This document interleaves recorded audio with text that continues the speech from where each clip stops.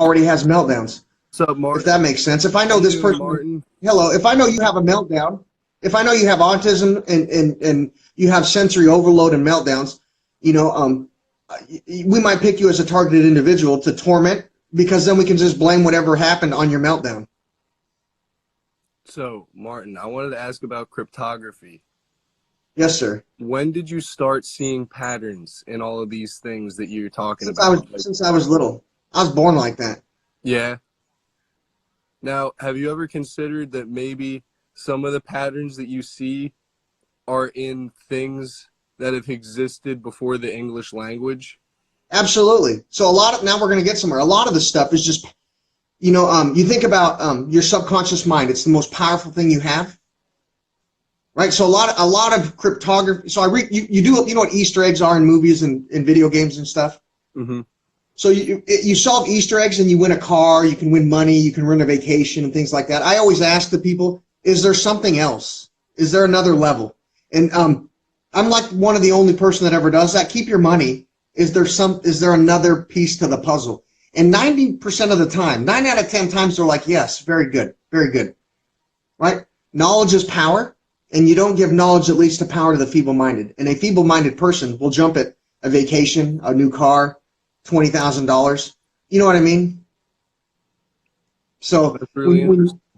yeah, there's all kinds of Easter eggs and cryptography and everything. So you think about, I talk about Star Wars. Luke find the Skywalker and I can find the Skywalker. Did they put that together on purpose to match the original Dead Sea Scrolls and things like that before they were published? I want you to think about that. Before we published the Dead Sea Scrolls and things like that, and this information that people tell you today speak about Jesus, that says nothing about Jesus. They talk about a body of light, this celestial being walking in the clouds. So you think about this, there's a whole paragraph that says, and Luke saw a celestial being walking in the clouds. It has appeared to jump from cloud to cloud. And they go, that sentence will tell everybody means Jesus. Luke saw Jesus. And you say, Peter, Peter saw a celestial body of light walking on the water, no semblance of flesh. And they go, celestial body, we're going to change that paragraph to say Jesus.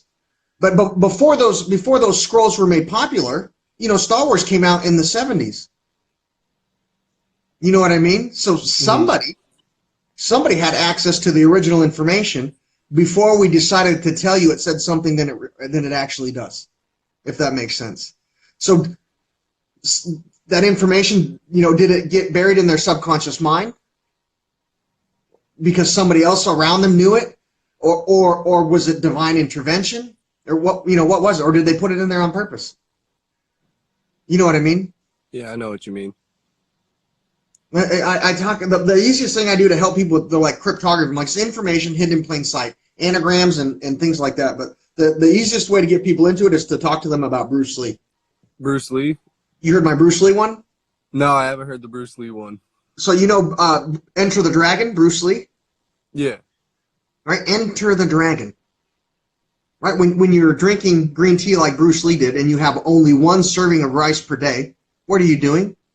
Without calories in your system, you're dragging on. Ketosis? Right, but you're dragging on, right? Yeah.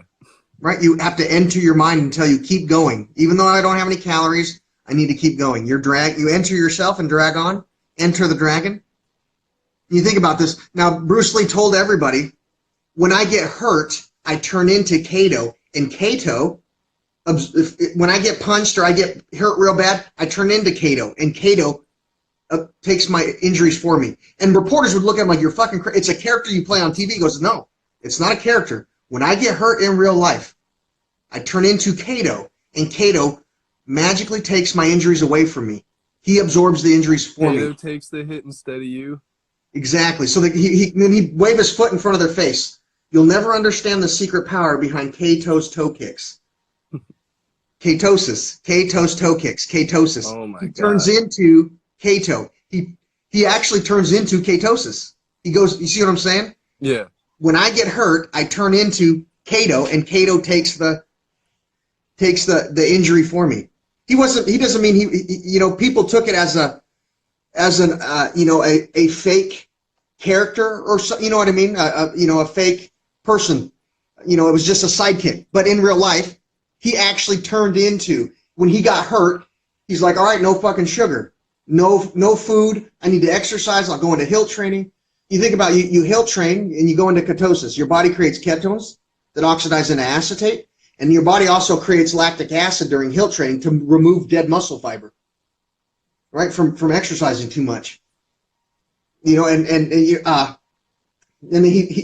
Lee talked about reversing the river of time, right? In martial arts, one of the greatest things you can do is learn how to reverse this river of time, right? Slow the sands of time, and reverse their flow, right? What circulates in my system? My river of time is my circulatory system, and if I quench myself in cold water, you see, he was always punching buckets of water. Mm-hmm. He's talking, and when he's punching these buckets of water, what are you doing? He's like, I'm trying to reverse the river of time. I'm trying to reverse the sands of time. And it's just some cryptography for people. You think you go into that metabolic rate, or keto, like he does, and then you jump in cold water. It changes the direction of your circulatory system to preserve the core temperature of your brain.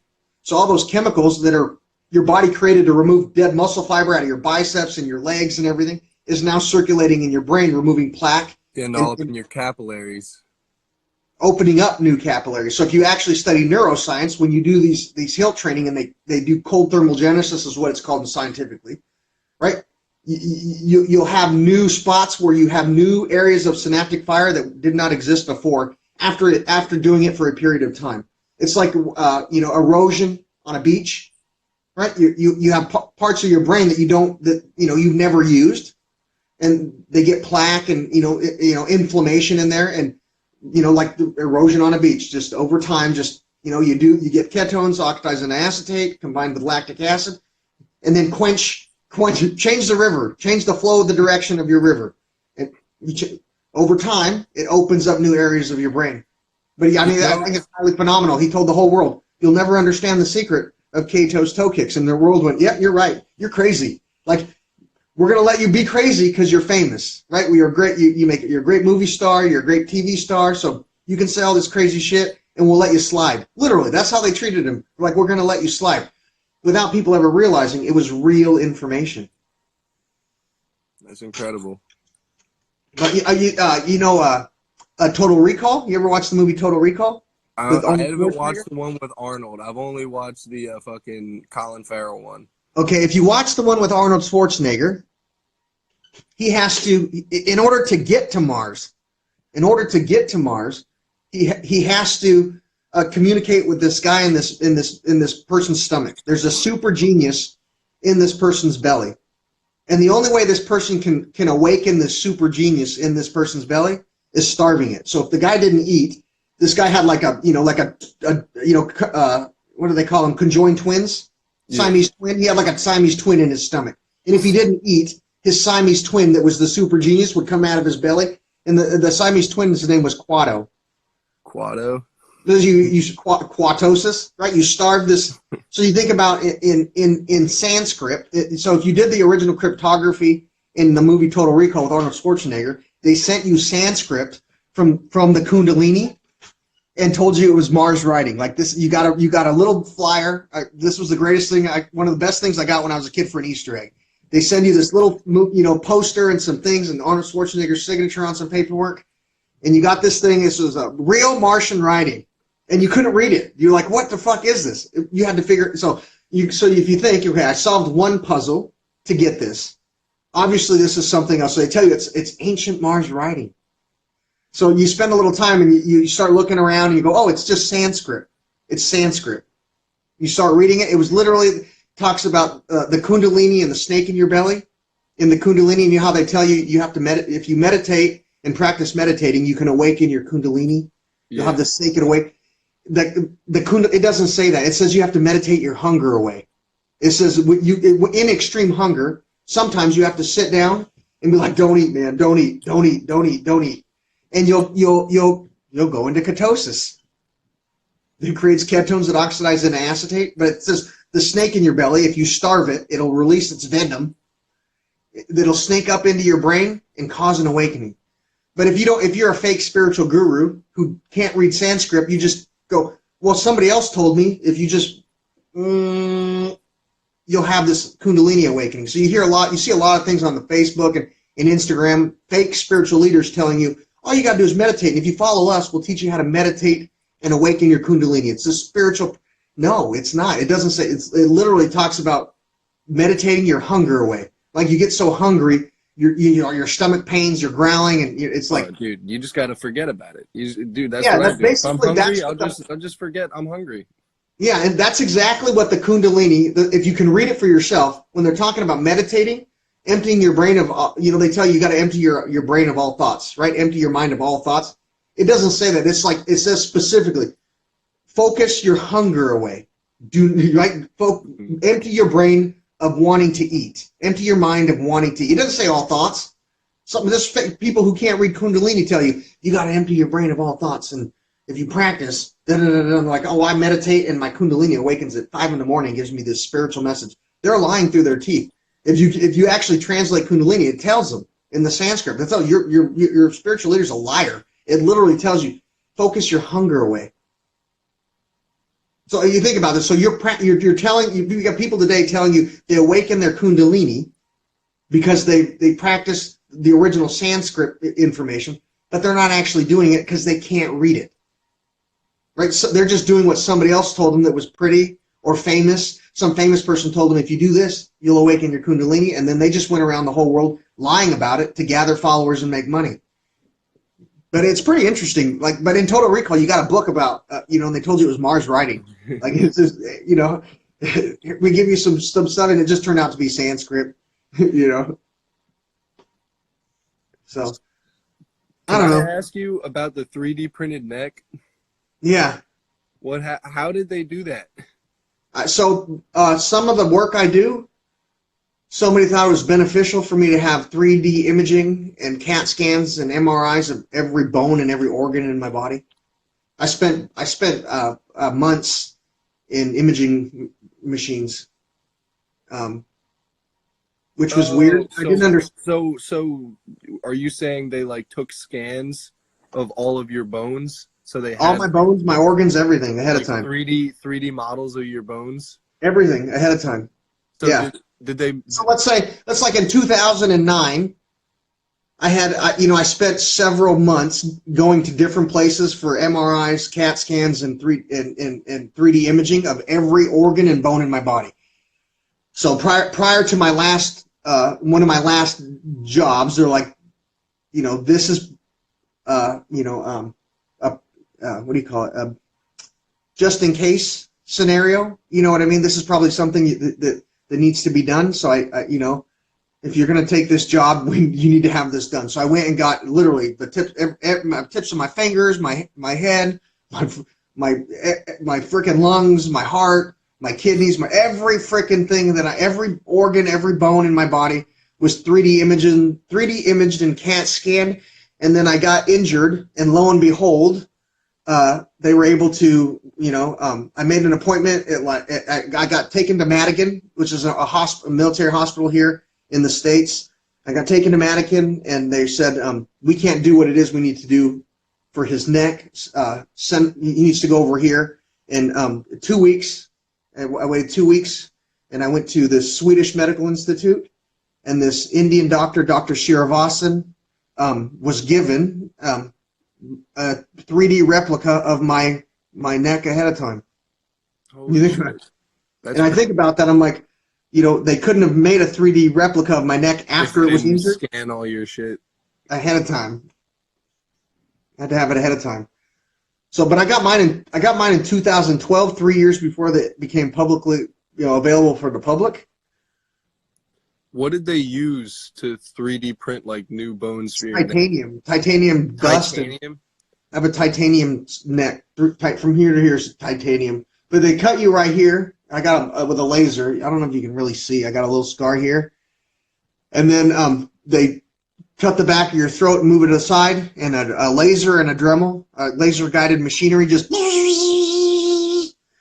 And since it's your spine goes through there, they can't...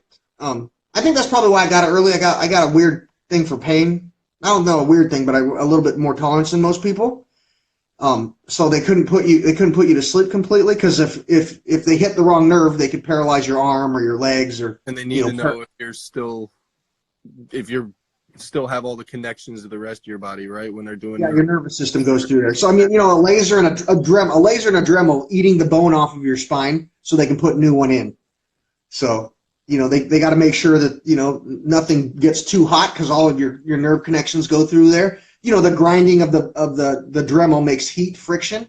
Mm-hmm. It spins and the laser makes heat. So if they hit just one millionth of a centimeter off, you're done. Well, not necessarily, but I might just lose my leg functions or lose my my brain sends a signal to make my heart beat through there. You know what I mean? Everything goes through there.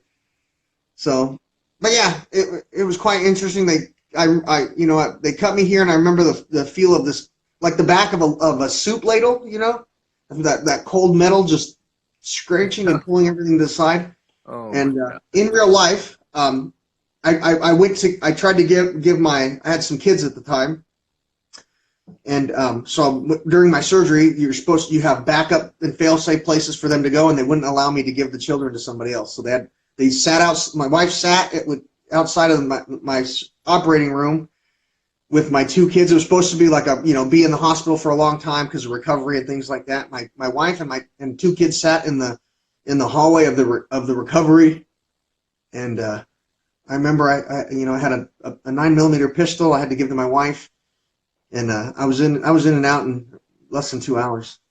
It was like changing a tire. That's great. You're like pulling, and like changing a tire. They had the serious, NASCAR man. pit crew on your neck. Pretty much. It was a big deal. It was a big deal. So you flew to Sweden for that? No, they did it. They had people come to do it in Seattle. They put a team together. It was pretty interesting. But yeah, it was like a pit crew. Like everything was lined up to because I already have meltdowns. If you think literally, I've had heart surgery. I've had I've got 3D. I have fiberglass in my stomach, and they give me anesthesia, and I always wake up in the middle of it and like you do your work. You do the work that I do, and I don't think the doctors really understand what's going on, but you get SEER training and all kinds of weird stuff, and if sometimes I wake up in the middle, literally, like this anesthesia should last 4 hours, and I wake up 30 minutes in it, trying to rip shit out like they're fucking. Is that because of all of the stuff in your body that you already have to clear toxins, just gets rid of the anesthesia too fast? Is that what you think? Kinda, and if you study people on the spectrum, they have a really hard time putting people on the spectrum under. If that, literally, really? I didn't know that was a thing. Yeah, the NSA, the CIA, the DOD, the Ranger, the Army, the Navy, like every branch of the military and every intelligence agency, independently from every country, has autism. Schools where they just to study basically. I mean, idiotic memory or photographic memory is not found in anybody who's not on the spectrum. You think about the greatest minds in the world were all on the spectrum. Like the general public doesn't really pay attention to that stuff, but if you're an intelligence agency or a military, you kind of do. I always do this thing. People are like, you can't join the branch of the military if you have autism. And I'm like, that's the dumbest shit I ever heard. And I'm like, the ants go marching 2 by 2, hurrah, hurrah. The ants go marching 2 by 2, hurrah, hurrah. What do autistic people do? They line things up 2 by 2, hurrah, hurrah. And people go, oh shit, you're right. I'm like, yeah, if you want somebody to analyze some shit like in depth and tell you how it goes, you think about kids on the spectrum. You can send them into a room or a location, and they can tell you the name of everybody in there, the ranks of everybody because of the insignias they wear. Right? You don't even have to have a necessarily a high paid intelligence person. Autistic kids have echolalia and things like that. They can repeat everything they hear in a room. everything. So you can put me to sleep, and I'll wake up and repeat every single medical call and every single thing that everybody said. Like literally, and I was completely under. You know, that was one of the weird things they thought was odd when I was a child. They're like, we put you under for this surgery, and you the next morning you're repeating everything we fucking said and everything we did. You know? But yeah, but this is what people study. That's why I tell people today, because common sense isn't really so common. Study, photographic memory and being able to repeat everything you hear in a room or draw everything you see and being able to tell you everybody's rank without actually taking any pictures, right? If you can't get technology or things for recording into a place and you want information, you send an autistic kid in there. It's facts of reality. If you study what the NSA and the DOD and CIA and places like that, what they look for, and then go, who has that? Now, I'm not just common sense is going to look at what they look for, and then go and look what segment of humanity actually has those traits, just inherently born with. They don't have to be trained. You don't have to spend 20 years to train an autistic kid to be able to go, here's the ranks of the 50,000 people that were standing in the room. Because right, this is what their face looked like. They draw you an identical picture, like almost photographic. This is and here's their ranks. Right, here's who they were speaking to, and this is what they said. But and then you all people on the spectrum. Look at my timer went off. I think I said too much. I got 25 seconds. I've been blabbing too much. I'll talk to you later, bro. You have a good one. You too, man.